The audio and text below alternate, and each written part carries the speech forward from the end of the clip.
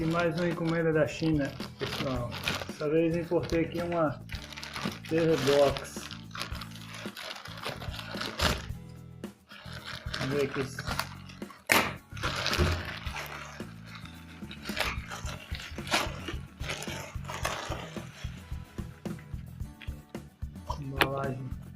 Embalagem legal. Essa é a M8S Pro W, 2 GB de RAM, 16 GB de ROM, roda 4K HDR.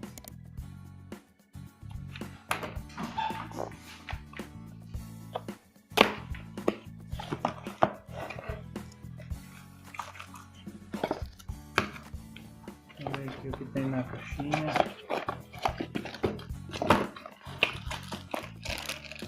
Aqui com cabo HDMI, a fonte de alimentação e o controle remoto, manual do usuário em inglês.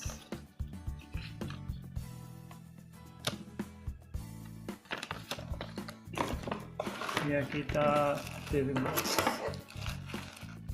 É a Mecool, nem sei como fala esse nome.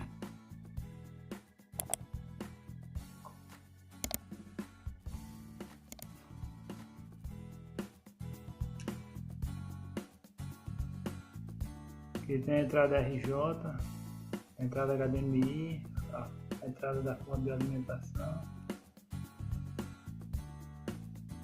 duas entradas USB e uma entrada para cartão. E bem interessante. Agora é só ligar e ver se ela vai funcionar bem com essa internet aqui. A internet é 12 GB, vamos ver se ela funciona bem. E tem informação aqui atrás. M8S Pro W, 2 GB, 16 DDR3